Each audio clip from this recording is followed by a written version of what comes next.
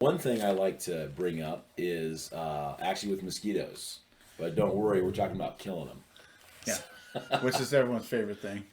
Now, I've never had something like malaria before, but I hear it's pretty rough. It's pretty Yeah, bad. I've had friends that have had it, and Is that it right? doesn't sound great. Yeah. Well, back in the 40s, 1940s here, they were using this stuff DDT. Now, some people might, they might sound familiar to some people. The DDT came out, and they were using it because that and like typhus, there's other little insect-carried diseases that are Sure. going around. Yeah. So they were using this stuff, spraying around to kill these mosquitoes. And boy, it worked like crazy. It killed almost like every one of them. Almost every one of them. But then what happened was people kept using it. And less would die. Until it got to the point where mosquitoes weren't really bothered at all by this DDT that normally almost was a complete genocide for the mosquito population. And so what some people would say is, well, that shows that there was evolution. They're saying, look, the mosquitoes evolved to get stronger and be resistant to this stuff.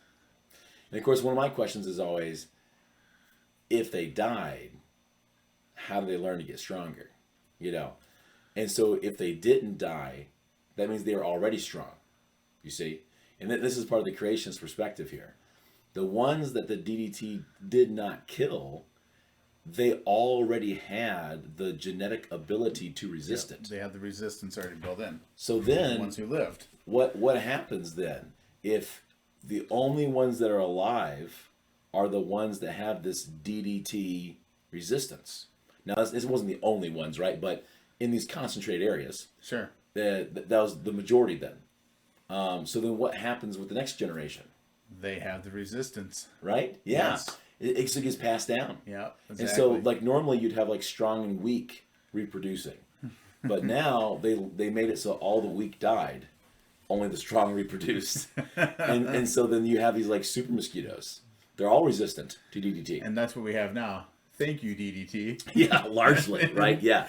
But then you always come up with something else, and there's always this group that survives, And this happens with bacteria. This happens with, you look at your soap. Why doesn't it say kills 100% germs and bacteria? You'll never see that. No, 99.9% every time. Because they know that there is this small minority that they will not die. They're already resistant to it. Yep. So then what happens? You kill everything except those super duper strong ones. So then they're looking to reproduce. Guess what they're going to find?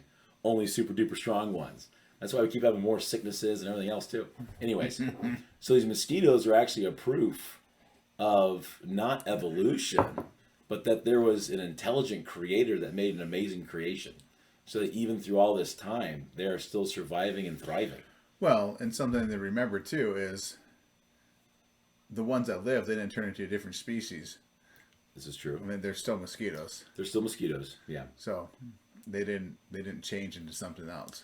Well, and if things do speciate, And in 10 million years, there's still going to be mosquitoes. well, They're not going to change. Most likely when I hope the Lord returns. Before... But I mean, that's always the answer.